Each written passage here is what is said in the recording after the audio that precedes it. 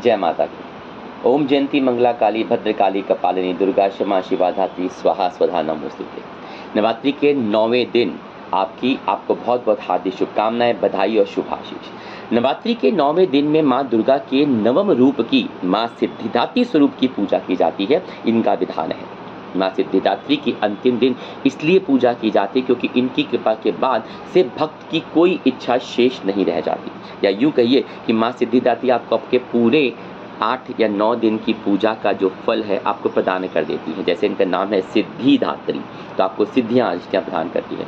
माता रानी से 8 सिद्धियों की प्राप्ति हो जाती है जो ब्रह्मांड में सर्वश्रेष्ठ है तथा कोई मोह माया नहीं रह जाती।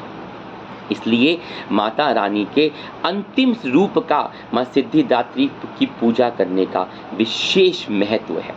माँ का स्वरूप अत्यंत सुखदायी है, जिसमें वे हल्की मुस्कान लिए अधरों पर प्यारी सी छोटी सी हल्की सी मुस्कान लिए हुए रहती हैं। इनके सिर पे बहुत बड़ा सा मुकुट धारण करती हैं और कमल पुष्प के आसन पर विराजमान रहती हैं। माँ की 4 भुजाएं हैं, जिनमें से दाईं ओर की ऊपर भुजा वाली में गदा है और नीचे वाली भुजा में चक्र है। बाईं ओर की ऊपर वाली भुजा में कमल का पुष्प है और नीचे वाली भुजा में शंख धारण करा हुआ है। माँ ने लाल रंग के वस्त्र धारण किए हुए हैं। जब ब्रह्मांड की रचना नहीं हुई थी तब भगवान शिव ने माँ सिद्धिदात्री की पूजा करके ही सभी सिद्धियां को प्राप्त किया था। इन 8 सिद्धियों को प्राप्त करने के पश्चात ही भगवान शिव का रूप से आधा रूप पुरुष और आधा नारी का अर्धनारीश्वर स्वरूप भी कहती है। इस रूप में उन्होंने दाईं ओर का आधा शरीर स्वयं और बाईं ओर का आधा शरीर माँ देवी का था। इसी स्वरूप को अर्धनारीश्वर भी कहा जाता है। मार्कंडेय पुराण के अनुसार 8 सिद्धियों के नाम हैं अणिमा, महिमा, गरिमा, लघिमा, प्राप्ति, प्राकम्या, इष्टत्व, वशिष्ठत्व। माँ सिद्धिदात्री इन 8 सिद्धियों की अधिष्ठात्री देवी है जो भगवान शिव ने प्राप्त की थी। माँ की पूजा करने के लिए सिद्धिदात्री माँ की पूजा प्रातःकाल जल्दी उठिए, अपने दिनचर्या से हुए स्नान धन के स्वस्थ वस्त्र पहनिए, चौकी पर लाल रंग का वस्त्र बिछाकर माँ की प्रतिमा जो आपने स्थापित कर रखी है, अगर नहीं करी तो उसे करिए और उनकी पूजा उनको स्थापित करके उनको हार फूल चढ़ाइए, हल्दी, चंदन, कुमकुम, सुहागा, गुलाल, पुष्प, चूड़ियाँ इत्यादि लाल रंग की चुन्नी वस्त्र माँ को चढ़ाइए, धूप जलाइए, दीपक जलाइए और मंत्रों का जाप कीजिए। माँ को नारियल, हलवा, पंचामृत का भोग अत्यधिक प्रिय है, इसलिए इनका भोग अवश्य लगाया जाए। कुछ लोग अष्टमी के दिन तो कुछ लोग नवमी के दिन कन्या पूजन करते हैं। जैसे आपको कल बताया था मैंने, यदि आप नवमी के दिन पूजन करते हैं तो कन्याओं को भोजन कीजिए, कुछ भेंट दीजिए, दक्षिणा दीजिए, उनके चरण स्पर्श कीजिए और उनका आशीर्वाद ग्रहण कीजिए और उनको भोजन के सर्वप्रथम माता रानी को भोग लगाइए और उसके बाद फिर कन्याओं का पूजन करके उनका आशीर्वाद प्राप्त करके अपना जीवन सफल बनाइए। जैसे मैंने अभी आपको बताया कि सिद्धिदात्री की पूजा सर्वश्रेष्ठ है। भक्तगण 8 दिनों तक माँ देवी की विभिन्न रूपों में पूजा करते हैं तथा अंतिम दिन माँ सिद्धिदात्री का है।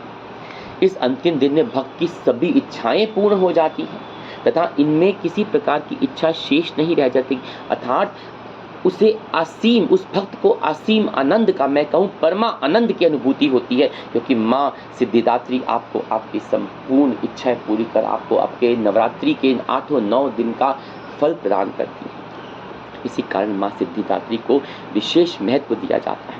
इनकी पूजा करने से व्यक्ति अपने मन पर नियंत्रण काबू करता है, अपने मन को नियंत्रित करता है और संसारिक मोहमाया से दूर हो जाता है। हर तरह की सिद्धियाँ प्राप्त होती हैं माँ से, हर तरह की खुशियाँ प्राप्त होती है माँ से, हर तरह का आशीर्वाद प्राप्त होता है माँ से। आपके जीवन में यदि केतु ग्रह कष्ट दे रहा हो या उसके द्वारा आपको कोई परेशानी हो रही हो या पीड़ित हो या कुछ कुंडली में दोष हो रहा हो, तो माँ सिद्धिदात्री की पूजा करने से आपको विशेष लाभ प्राप्त होता है, क्योंकि केतु ग्रह को माँ सिद्धिदात्री होल्ड करती है। इनके मंत्र का जाप कीजिए, ओम देवी सिद्धिदात्रे नमः, या फिर या देवी सर्वभूतेषु सिद्धिदात्री रूपेण संस्थिता नमस्तस्यै नमस्तस्यै नमस्तस्यै नमो नमः। इन मंत्रों में से आप कोई भी मंत्र या दोनों मंत्र 108 बार कीजिए और माँ की असीम कृपा प्राप्त कीजिए। इसी के साथ आज 9वें दिन माँ की नवरात्रि की पूजा संपन्न होती है। एक अवश्य बात और कहना चाहूँगा, मैंने बहुत लोगों को देखा है कि नवरात्रि को अष्टमी दिन ही संपूर्ण कर देते हैं। लेकिन वो अधूरी रह जाती है। नवरात्रि मतलब 9 रात्रि का भगवती का पूजन।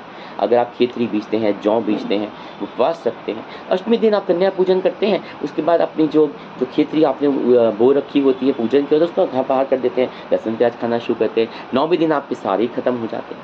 कृपा करके ऐसा मत किया कीजिए। माँ के 9 दिन की पूजा का विधान है, और 9वें दिन की पूजा तो विशेषकर है, क्योंकि आपको 8 दिन की पूजा का फल प्राप्त होता था संगियों से।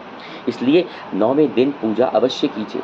व्रत नहीं होता, आप अष्टमी कन्या पूजन करते, कोई बात नहीं। 9वें दिन स्वच्छता, निर्मला, पवित्रता के साथ स्वच्छ मन से माँ की उस खेतरी को वजह रखते हैं जो आपने चौकी में विराजमान किया होता है, वहाँ पे जोत जगाइए, माँ को भोग लगाइए, प्रसाद कीजिए, लहसुन प्याज का इस्तेमाल मत कीजिए। एक दिन की तो बात है, और माँ की फिर असीम कृपा अपने यहाँ बरसते देखिए। उम्मीद करता हूँ आपको ये जानकारी लाभदायक लगी होगी। इसी के साथ जय माता की। भगवती आप सबको सुखी रखे, संपन्न रखे, अपना आशीर्वाद बनाए रखे। हरिओम नमो।